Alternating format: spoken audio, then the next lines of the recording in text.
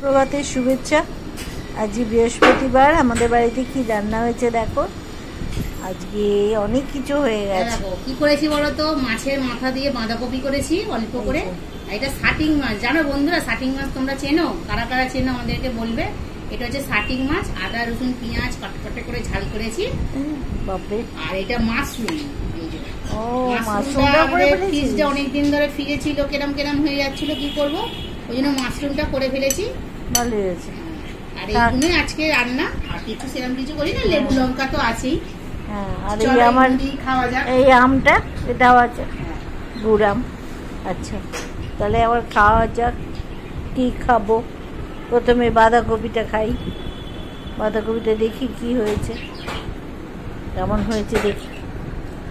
এটা হচ্ছে সেই ভেটকি মাছের মাথা, তাই দিয়ে গেছিল।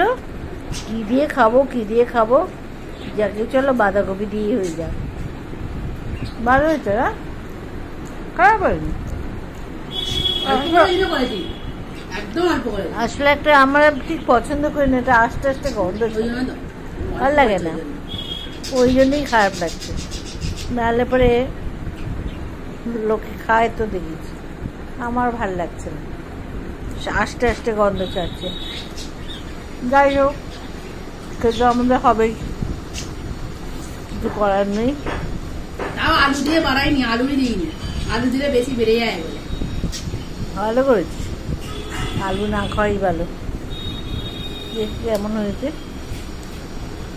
এই খাওয়া হচ্ছে। ভেটকি মাছ বলে বেশি আঁশটি মনে হচ্ছে, রুই মাছের এতটা। হ্যাঁ, রুই মাছ দিয়ে করলেই ভালো।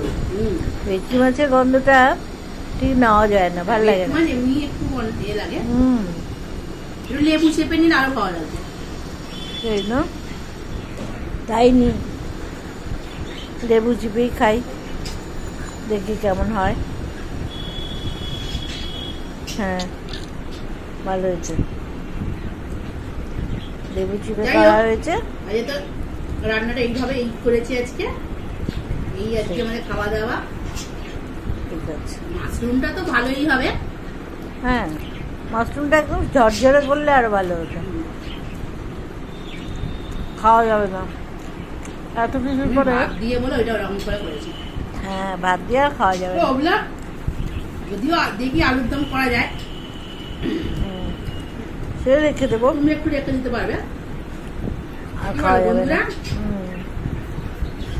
এইটাই কারণ মাশরুমের সঙ্গে আলুর দম আর দুটো খাওয়া যাবে না। বেশ, আজকে এইসব খাবারই হচ্ছে। বড্ড রাখছি। মাছটা তো ভালোই খেতে। মাছটা ভালো। যাই হোক, এইভাবেই রেখে দিলাম আজকে। তাহলে ভিডিওটা এখানে শেষ করছি। বাড়িতে আবার কলের মিস্ত্রি কাজ করছে, ওরা ওই নিয়ে ব্যস্ত আছে।